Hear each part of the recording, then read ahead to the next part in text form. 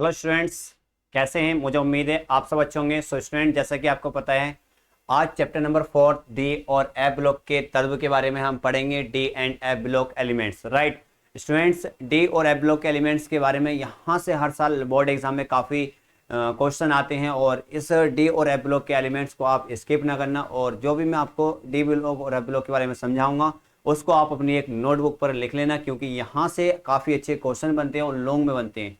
तो students, start करते हैं आज का वीडियो, ठीक है, बिना देरी किए हुए। तो सबसे पहले हम बात करने की बात करेंगे। सबसे पहले बात करते हैं स्टूडेंट्स, अगर जो डी ब्लॉक के एलिमेंट्स होते हैं, ठीक है, जो डी ब्लॉक के एलिमेंट्स होते हैं वो क्या होते हैं। अगर हम बात करने के लगे कि D block elements, D block के तत्व किसे कहते हैं, ठीक है। अब डी ब्लॉक के तत्व की बात करें तो इनमें क्या होता है, जो अंतिम इलेक्ट्रॉन होता है वो डी उपकोष में प्रवेश करते हैं। ऐसे तत्व जिनमें अंतिम इलेक्ट्रॉन क्या होता है, जो अंतिम इलेक्ट्रॉन होता है, अंतिम electron n-1 d, n-1 D,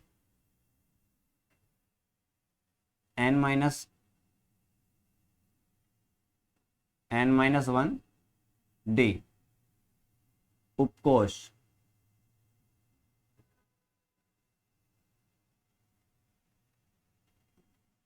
ठीक है।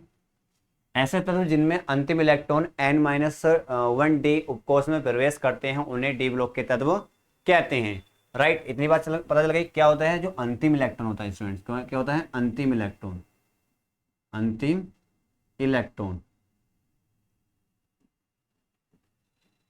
अंतिम इलेक्ट्रॉन n-डी के उपकोष में प्रवेश करता है उन्हें डी ब्लॉक के तत्व कहते हैं। सबसे पहले बात करते हैं, अब यहाँ पे जो टॉपिक आ जाता है, सबसे पहले अगर बात करने की कोशिश करें स्टूडेंट्स, डी ब्लॉक के तत्व होते क्या हैं, डी ब्लॉक के तत्व किसे कहते हैं, डी ब्लॉक के तत्व किसे कहते हैं। तो वे तत्व जिनमें अंतिम इलेक्ट्रॉन बाह्य कोश के n-1 डी के डी उपकोष में प्रवेश करता है उन्हें डी ब्लॉक के तत्व कहते हैं। इन तत्वों को एस और पी, यहाँ तो आपके डी ब्लॉक के तत्व हो गए कि जिन ऐसे तत्व या वे तत्व जिनमें अंतिम इलेक्ट्रॉन उनके बाह्यतम कोश के n-डी के डी उपकोष में प्रवेश करता है उन्हें डी ब्लॉक के तत्व कहते हैं। अब एग्जाम में क्वेश्चन आता है कि डी ब्लॉक के तत्वों को संक्रमण तत्व क्यों कहा जाता है।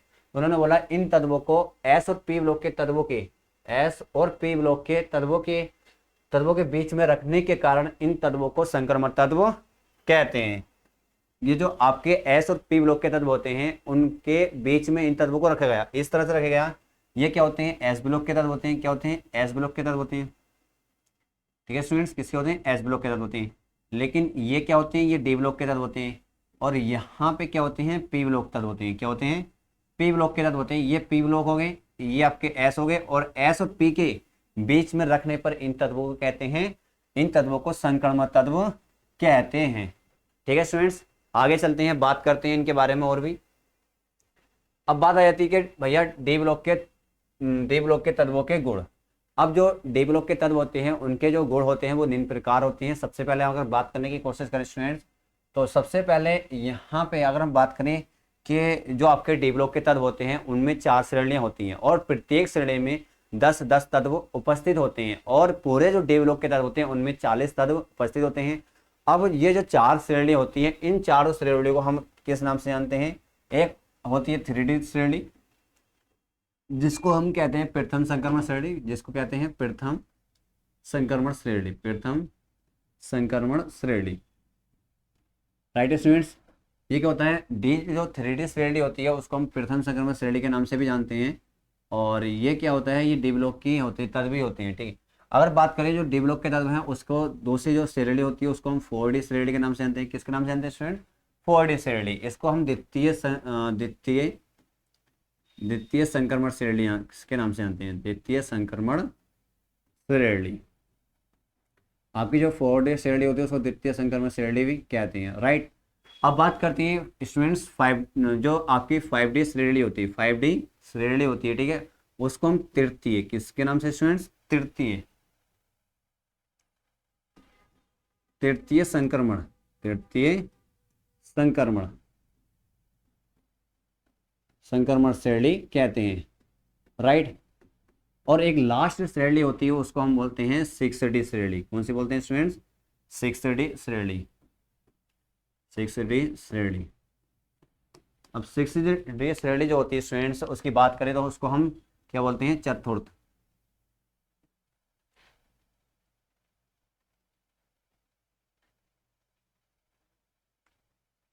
चौथी संक्रमण श्रेणी, चौथी संक्रमण श्रेणी, जिसको हम चतुर्थ संक्रमण श्रेणी कहते हैं, राइट। अब आपके जो डी संक्रमण तत्वों का गुण की बात करें तो स्टूडेंट सबसे पहले अगर हम बात करें जो आपके संक्रमण तत्व होती हैं उनमें 4 श्रेणी होती है। कितनी होती हैं? इनमें 4 श्रेणियां उपस्थित होती हैं। इनमें इनमें 4 श्रेणी या उपस्थित होती हैं, 4 श्रेणियां होती हैं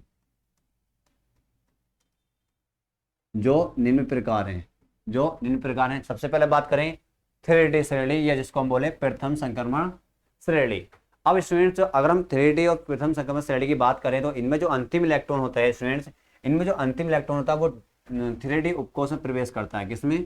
3D उपकोष में प्रवेश करता है, जिसकी वजह से इनको हम प्रथम संक्रमण श्रेणी या 3D श्रेणी के तत्व के नाम से जानते हैं। अब सबसे पहले बात करने की कोशिश करें तो यहाँ पे सबसे पहले बात करेंगे हम कि भैया हमारे क्या है 3D श्रेणी, जिसको हम बोलते हैं, क्या बोलते हैं स्टूडेंट्स? प्रथम संक्रमण श्रेणी। क्या कहते हैं? प्रथम संक्रमण श्रेणी कहते हैं। और ये ही आपकी 3D श्रेणी होती है। और इसको आपको जानना होगा कि हाँ भाई आपकी 3D श्रेणी क्या होती है। मैंने आपको भी बता दिया है कि इनमें अंतिम इलेक्ट्रॉन 3D उपकोष में प्रवेश करते हैं, जिसकी वजह से इनको प्रथम संक्रमण श्रेणी के तत्व या इनको 3D श्रेणी के तत्व के नाम से जाना जाता है। तो स्टूडेंट्स बात करते हैं तो यहाँ पे सबसे पहले बोला गया कि जो आपके होते हैं, क्या होते हैं स्टूडेंट्स? जो आपके 3D श्रेणी होती है, जिसकी बात करें हम 3D श्रेणी की बात करें तो उनमें क्या होता है, ऐसे तत्व जिनमें अंतिम इलेक्ट्रॉन 3D उपकोष में प्रवेश करता है, उन्हें प्रथम संक्रमण श्रेणी के तत्व या 3D श्रेणी के तत्व को कहते हैं। ऐसे तत्व जिनमें अंतिम इलेक्ट्रॉन 3D उपकोष में प्रवेश करता है उन्हें प्रथम संक्रमण तत्व या 3D श्रेणी के तत्व कहते हैं। ठीक है स्टूडेंट्स। अब बात करते हैं यहाँ से, अगर हम इसी तरह से बात करें, किसकी बात करें स्टूडेंट्स? अगर हम 4D श्रेणी की बात करें तो 4D श्रेणी की बात करें तो इसको 4D श्रेणी को हम द्वितीय संक्रमण श्रेणी के नाम से जानते हैं स्टूडेंट्स। किसके नाम से जानते हैं? द्वितीय संक्रमण श्रेणी के नाम से जानते हैं। और यहाँ पे अगर हम बात करें तो अगर मैं बात करने की कोशिश करूँ स्टूडेंट तो यहाँ पे क्या होता है, जो अंतिम इलेक्ट्रॉन होता है वो क्या होता है, 4D उपकोष में प्रवेश करता है। किसमें करता है? 4D उपकोष में प्रवेश करता है, जिसकी वजह से हम कहते हैं ये द्वितीय संक्रमण श्रेणी के तत्व होते हैं। किसके होते हैं? ये द्वितीय संक्रमण श्रेणी के तत्व कहलाते हैं, या इनको 4D श्रेणी के तत्व के नाम से भी जाना जाता है। तो बात करते हैं, आइए स्टूडेंट्स इसके बारे में बात कर लेते हैं। हाँ, ये होते हैं आपके 4D श्रेणी या इसको बोले द्वितीय संक्रमण श्रेणी के तत्व। ठीक है, द्वितीय संक्रमण श्रेणी के तत्व। ठीक है, अगर बात करें तो ऐसे तत्व जिनमें अंतिम इलेक्ट्रॉन किसमें प्रवेश करता है स्टूडेंट्स? किसमें प्रवेश करता है, जल्दी बताओ। कि सर ऐसे तत्व जिनमें अंतिम इलेक्ट्रॉन 4D उपकोष में प्रवेश करता है उन्हें क्या कहते हैं भैया? उन्हें क्या कहते हैं? उन्हें द्वितीय संक्रमण श्रेणी के तत्व कहते हैं। ठीक है, याद रखना, ऐसे तत्व जिनमें अंतिम इलेक्ट्रॉन 4D उपकोष में प्रवेश करता है उन्हें द्वितीय संक्रमण श्रेणी के तत्व कहते हैं, राइट। अब बात करते हैं स्टूडेंट्स, सबसे आगे पहले बात करने की कोशिश करेंगे। अब बात करेंगे भैया इसकी बात कर लेते हैं। सबसे पहले जो हमने अभी आपको समझाया है, अगर हम बात करें आपके एग्जाम में ये आ जाए कि तृतीय संक्रमण श्रेणी के तत्व क्या होते हैं। अगर हम तृतीय संक्रमण श्रेणी की बात करें स्टूडेंट तो यहाँ पे आपको समझना होगा, जो तृतीय संक्रमण श्रेणी होते हैं तो उनमें अंतिम इलेक्ट्रॉन 5D उपकोष में प्रवेश करता है। किसमें करता है? 5D उपकोष में प्रवेश करता है, जिसकी वजह से इनको हम क्या कहते हैं भैया? तृतीय संक्रमण श्रेणी के तत्व कहते हैं, या इसको 5D श्रेणी के नाम से भी, श्रेणी के तत्वों के नाम से भी जाना जाता है। ठीक है, अब देखो यहाँ पे बात की गई है स्टूडेंट्स, इसको अगर आप समझोगे तो यहाँ पे आप समझ सकते हैं। क्या समझ सकते हैं? जल्दी बताओ। क्या भैया इनमें क्या होता है, अंतिम इलेक्ट्रॉन 5D उपकोष में प्रवेश करता है तो उन्हें क्या कहते हैं? तृतीय संक्रमण श्रेणी के तत्व कहते हैं। ऐसे तत्व जिनमें अंतिम इलेक्ट्रॉन 5D उपकोष, किसमें? ऐसे तत्व जिनमें अंतिम इलेक्ट्रॉन 5D उपकोष में प्रवेश करता है उन्हें क्या कहते हैं भैया? उन्हें तृतीय संक्रमण श्रेणी के तत्व कहते हैं। उन्हें तृतीय संक्रमण श्रेणी के तत्व कहते हैं, या उन्हें 5D श्रेणी के नाम से, 5D श्रेणी के तत्वों के नाम से भी जाना जाता है स्टूडेंट्स, राइट। अब बात करते हैं स्टूडेंट्स, आगे बात आ जाती है लास्ट। अगर हम बात करें तो यहाँ पे लास्ट श्रेणी होती है आपके जो संक्रमण तत्व होते हैं जो आपके डी ब्लॉक के तत्व होते हैं उनको 4 श्रेणी में बांटा गया, और उसकी जो लास्ट श्रेणी होती है उसको हम बोलते हैं 6th श्रेणी या चौथी या चतुर्थ संक्रमण श्रेणी के तत्व। अगर यहाँ पे बात करें तो यहाँ पे अंतिम इलेक्ट्रॉन क्या करता है स्टूडेंट्स, यहाँ पर अंतिम इलेक्ट्रॉन क्या करने की कोशिश करता है, यहाँ पे अंतिम इलेक्ट्रॉन 6D उपकोष में प्रवेश करता है। किसमें करता है? 6D उपकोष में प्रवेश करता है, जिसकी वजह से इनको चतुर्थ संक्रमण श्रेणी के तत्व कहते हैं। जैसे कि यहाँ पे लिखा है, आप देख सकते हैं यहाँ पे 6 है स्टूडेंट्स, क्या है यहाँ पर 6 है, आप लिख लेना एक बार, ठीक है, कितना है 6 है, 6D श्रेणी। तो ऐसे तत्व जिनमें अंतिम इलेक्ट्रॉन 6D उपकोष में प्रवेश करता है उन्हें क्या कहते हैं भैया, उन्हें चतुर्थ या 6D श्रेणी के तत्व कहते हैं। ऐसे तत्व जिनमें अंतिम इलेक्ट्रॉन 6D उपकोष में प्रवेश करता है उन्हें चतुर्थ संक्रमण श्रेणी के तत्व कहते हैं। राइट, क्लियर है। अब आगे बात करते हैं स्टूडेंट्स, इनके कुछ प्रॉपर्टी होती हैं। अगर हम बात करें तो जो आपके डी ब्लॉक के तत्व होते हैं स्टूडेंट्स, जो आपके डी ब्लॉक के तत्व होते हैं उनका जो सामान्य इलेक्ट्रॉनिक विन्यास होता है, तो स्टूडेंट उनका सामान्य इलेक्ट्रॉनिक विन्यास क्या होता है, n-1 और D0 to 10 और NS 1 से 2 होता है। आप लिख सकते हैं कि डी ब्लॉक के तत्वों का सामान्य इलेक्ट्रॉनिक विन्यास n-1 D0 to 10 और NS 1 से 2 होता है। इन तत्वों का सामान्य इलेक्ट्रॉनिक विन्यास यहाँ पे दे रखा है, आप इसको नोट कर सकते हैं कि n-1 D0 to 10 NS 1 से 2 होता है। ठीक है स्टूडेंट्स, अब बात करने की कोशिश करते हैं जो आपके तत्व होते हैं, इनको भी आप कोशिश कर सकते हैं। यहाँ पे अगर बात करें जो आपके तत्व होते हैं उनके डी ब्लॉक के तत्वों का वर्गीकरण, अगर हम डी ब्लॉक के तत्वों का वर्गीकरण कर देते हैं तो उसमें हमने जान लिया था कि आपके संक्रमण तत्व क्या होते हैं, उनको किस श्रेणी में बांटा गया वो भी आप समझ चुके हैं। अब बात करते हैं इनके इलेक्ट्रॉनिक विन्यास की। किसकी बात करते हैं? इलेक्ट्रॉनिक विन्यास की। तो आप इलेक्ट्रॉनिक विन्यास को आसानी से बहुत ही अच्छे अंदाज में समझ सकते हैं। क्लियर है। अब इलेक्ट्रॉनिक विन्यास की बात चल रही है स्टूडेंट, तो यहाँ पे अगर हम बात करें तो आपके जो प्रथम संक्रमण श्रेणी के तत्व होते हैं उनके इलेक्ट्रॉनिक विन्यास को आपको जानना होगा।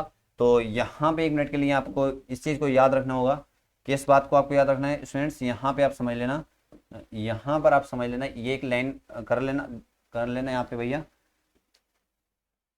ठीक है। अब यहाँ पे बात करते हैं हम स्टूडेंट्स प्रथम संक्रमण श्रेणी या 3D श्रेणी के तत्वों के इलेक्ट्रॉनिक विन्यास की बात करते हैं। ठीक है, जो प्रथम संक्रमण श्रेणी के तत्व होते हैं उनके इलेक्ट्रॉनिक विन्यास की बात करते हैं। आइए जानते हैं कैसे इनके इलेक्ट्रॉनिक विन्यास होते हैं। अगर बात करें यहाँ पे ये एक तो होता है, सुनो तुम भैया, ये शॉर्ट ट्री होती है। यहाँ पे शॉर्ट ट्री आपको बताना है तो मैं बता सकता हूँ, बहुत ही आसान तरीका होता है।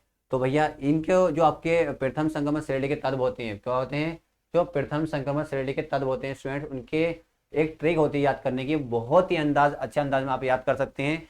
क्या याद कर सकते हैं भैया? सुनो तुम बेवा कर लो मुझसे। ठीक है, आगे बात करते हैं, फिर कोई नहीं कहेगा तुम्हें जान की। ठीक है, समझ गए? सुनो तुम बेवा कर लो मुझसे, फिर कोई नहीं कहेगा जान की। तो स्टूडेंट्स आगे बात करते हैं इनके जो आपके प्रथम संक्रमण श्रेणी के तत्व होते हैं, जो उनके परमाणु क्रमांक होते हैं वो 21 से लेकर 30 तक होते हैं। कि भैया जो आपके प्रथम संक्रमण श्रेणी के तत्व होते हैं, यहाँ पे अगर मैं बात करूँ प्रथम संक्रमण श्रेणी के तत्वों के बारे में बात करने की कोशिश करूँ तो यहाँ पर लिख सकते हैं कि भैया इनमें क्या होता है,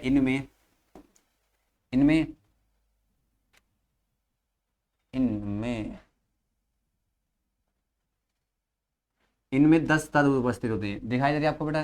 देख लेते हैं 1 मिनट के लिए, दूसरा कलर यूज कर लेते हैं, कोई दिक्कत नहीं है।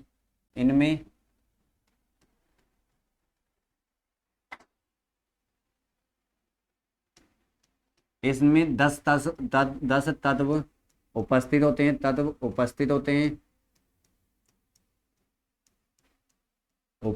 हैं। ये तत्व कहाँ से स्टार्ट होते हैं स्टूडेंट? ये तत्व SC21 से ZN30 इसमें 10 तत्व उपस्थित होते हैं जो ZN स्कैंडिनियम 21 से लेकर ZN तक आते हैं। ठीक है, और इनका जो इलेक्ट्रॉनिक विन्यास होता है वो तो आपने पढ़ लिया है भैया। लिख भी सकते हैं कि इनका इलेक्ट्रॉनिक विन्यास n-1 D और 0 to 10 और NS 1 से 2 होता है, 1 to 10 होता है बेटा, 0 to 10 नहीं होता, क्या होता है 1 to 10 होता है।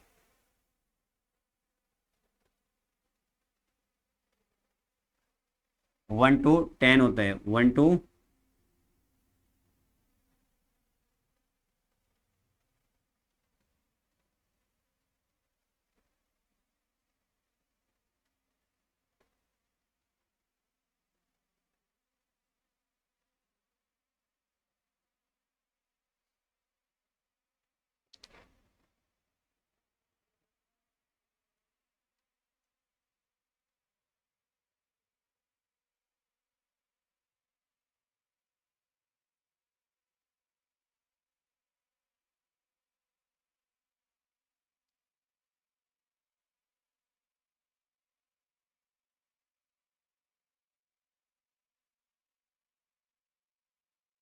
n-1।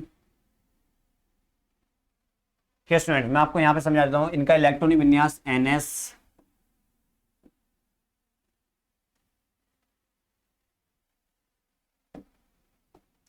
n-1 D 1 to 10 और NS 1 to 2 होता है, ठीक है।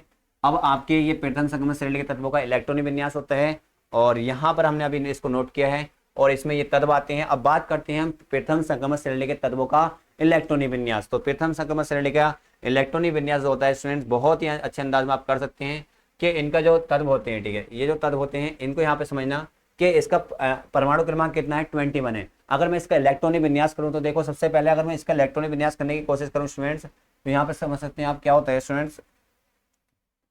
जो आपका 21 है परमाणु क्रमांक, यहाँ पर आपका स्कैंडिनियम है, ठीक है। 1 सेकेंड।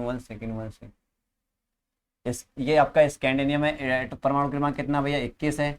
और अगर आप इसका इलेक्ट्रॉनिक विन्यास करेंगे तो 1s2, 2s2, 2p6, 3s2, 3p6, और भैया 2 2 4 6 8 और 2 10, 2 6 10 और 6 18, लेकिन परमाणु क्रमांक कितना 21।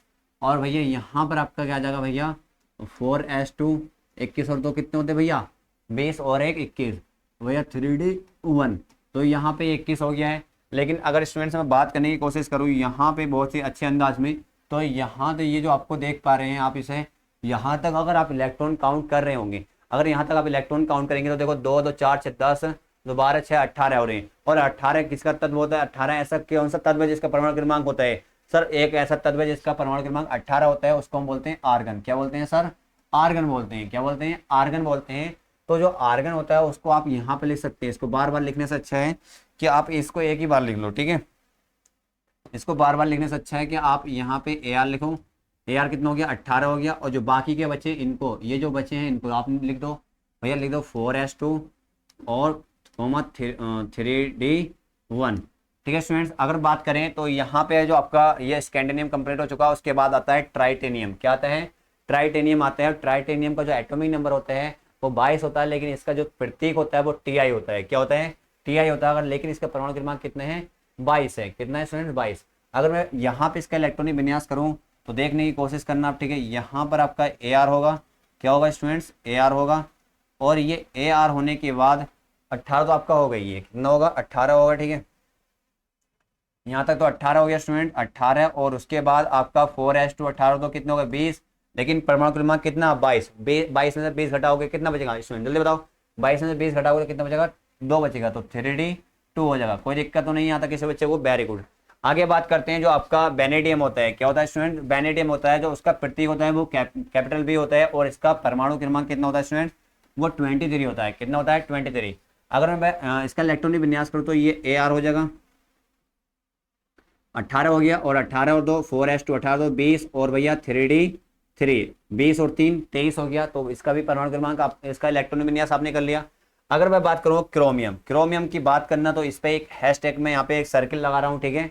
अगर मैं बात करता हूँ क्रोमियम की, तो देखो जो क्रोमियम होता है उसके जो एप उपकोष होता है उसमें केवल एक इलेक्ट्रॉन फिल किया जाता है, ठीक है। उसकी क्या वजह होती है, क्योंकि जो आपका 3D होता है बेटा, क्या होता है 3D जो होता है आपका, अगर मैं आपको समझाने की कोशिश करूँ, किधर समझाने की कोशिश करूँ बेटा, आपको एक नए पेपर पे जो आपका 3D होता है, 1 सेकेंड, जो 3D होता है बेटा, जो 3D होता है, और जो 4s होता है, क्या होता है 4s, इनकी ऊर्जा में बहुत ही कम अंतर होने की वजह से s का एक इलेक्ट्रॉन डी उपकोष में प्रवेश कर जाता है, तो इसमें s में एक इलेक्ट्रॉन निकल जाता है। 2 इलेक्ट्रॉन होते हैं लेकिन एक इलेक्ट्रॉन निकल जाता है, तो फिर एक ही इलेक्ट्रॉन भरा जाता है। तो क्यों भरा जाता है? क्योंकि इनमें 3d और 4s के उपकोष में ज्यादा ऊर्जा का अंतर नहीं होता है, जिसकी वजह से s का एक इलेक्ट्रॉन निकलकर d उपकोष में प्रवेश करता है। राइट, तो बात करते हैं यहाँ पे। सबसे पहले हम बात कर रहे थे स्टूडेंट्स, अगर हम इसका इलेक्ट्रॉनिक विन्यास करें तो इसके s ऑर्बिटल में केवल s उपकोष में केवल एक ही इलेक्ट्रॉन आएगा। और यहाँ पे आप लिख सकते हैं इसके बारे में, क्या लिख सकते हैं भैया, यहाँ पे आप लिख सकते हैं Ar। और भैया आप देखो, सबसे पहले आप समझने की कोशिश करना, s में कितना इलेक्ट्रॉन आएगा भैया, 4s1, 18 और एक कितने हो गए भैया, 19 हो गए। कितने हो गए, 19 हो गए। और यहाँ पे आपको दो फिर 19 हो चुके हैं, और 24 में से 19 घटाएंगे, कितने बचेंगे बेटा, 24 19 जाएंगे तो कितने बचेंगे, 5 बचेंगे। तो भैया 3d5। तो क्रोमियम का इलेक्ट्रॉनिक विन्यास इस तरह से होते हैं। अगर मैं बात करूँ मैग्नीज, मैग्नीज का जो परमाणु क्रमांक होता है बेटा, जो मैग्नीज होता है उसका परमाणु क्रमांक परमाणु प्रतीक तो Mn होता है, लेकिन परमाणु क्रमांक कितना होता है, 25 होता है। ठीक है, कितना होता है, 25 होता है। अगर मैं इसका इलेक्ट्रॉनिक विन्यास करूँ तो बेटा यहाँ पे समझना, क्योंकि अगर इसका स्पेस मिल जाएगा, ठीक है, यहाँ पे देख लो, जैसे मैं इसका इलेक्ट्रॉनिक विन्यास करूँगा तो आप Ar लिखेंगे, ठीक है, आपको दिखाई दे रहा है। उसके बाद 18 हो जाएंगे बेटा, और आपके S में कितने इलेक्ट्रॉन आएंगे, 18 2 20, 4s2 और भैया 3d5। तो यहाँ पे कर लेना कितना आएगा, 3d5। क्या आपको ये दिखाई दे रहा है, देखो Ar 4s2 और 3d5, 18 और 2 20 और 5 25। और परमाणु क्रमांक कितना होता है बेटा, 25 होता है। आगे बात करने की कोशिश करते हैं, आगे बहुत ही अच्छे अंदाज में बात करने की कोशिश करते हैं, जो आपका तत्व होता है। ठीक है, कौन सा तत्व होता है बेटा, आयरन की बात करें, यहाँ पे आयरन की बात करें तो आयरन का परमाणु क्रमांक कितना होता है बेटा, परमाणु क्रमांक तो 26 होता है, 26 होता है। कितना होता है, 26 होता है, लेकिन इसका प्रतीक Fe होता है। क्या होता है, Fe होता है। और इसका हम इलेक्ट्रॉनिक विन्यास करने की कोशिश करें तो यहाँ पे आपको समझना होगा बेटा, सबसे पहले आपको समझेंगे, अभी आप क्या करेंगे, यहाँ पे Ar लिखेंगे। Ar कितना होता है भैया, 18 होता है। और ये इसलिए लिख रहे हैं ताकि हमारा जो टाइम होता है एग्जाम में वो भी बच जाए, तो इसकी वजह से हम यहाँ पे 18 लिखेंगे, Ar 18। और यहाँ पे 4s2 18 तो कितने हो गए बेटा, 20 हो गए। 20 और 26 में से 26 में से अगर आप 20 हटा दोगे, 26 में से अगर 20 हटा दो कितना बचेगा भैया, 6 बचेगा। तो डी उपकोष में कितने इलेक्ट्रॉन आ जाएंगे, 6 आ जाएंगे। तो 3d6। राइट, यहाँ तक किसी को बच्चे को कोई दिक्कत तो नहीं है, अगर दिक्कत हो तो कमेंट भी करना। ठीक है, आगे बात करते हैं बेटा, जो कोबाल्ट होता है। ठीक है, कोबाल्ट का परमाणु क्रमांक कितना होता है, कोई बताएगा भैया, परमाणु क्रमांक तो 27 होता है, और C उसको हम रिप्रेजेंट करते हैं। तो यहाँ पे आपका Ar होगा, कोई दिक्कत नहीं है। और यहाँ पे भी S उपकोष में 2 इलेक्ट्रॉन भरे जाएंगे, और 18 तो 20 हो गए, 20 27 में 20 हटा कितने बचेंगे भैया, 7। तो 3d7। ठीक है, उसके बाद बात करें तो भैया निकिल होता है, निकिल का परमाणु क्रमांक 28 होता है, प्रतीक Ni होता है। तो यहाँ पे भी आप करेंगे, 18 हो जाएगा Ar, और 4s2 कितने हो गए, 18 और 2 20 हो गए भैया। और 28 में से 20 घटाओगे तो कितने बचेंगे, 8। तो 3d8।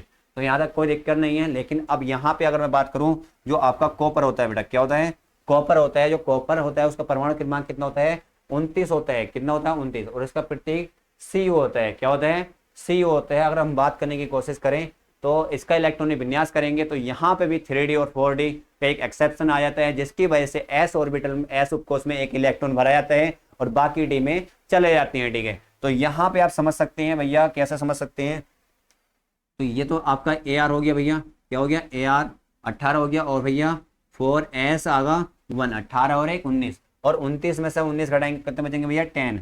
कितने बचेंगे, 10।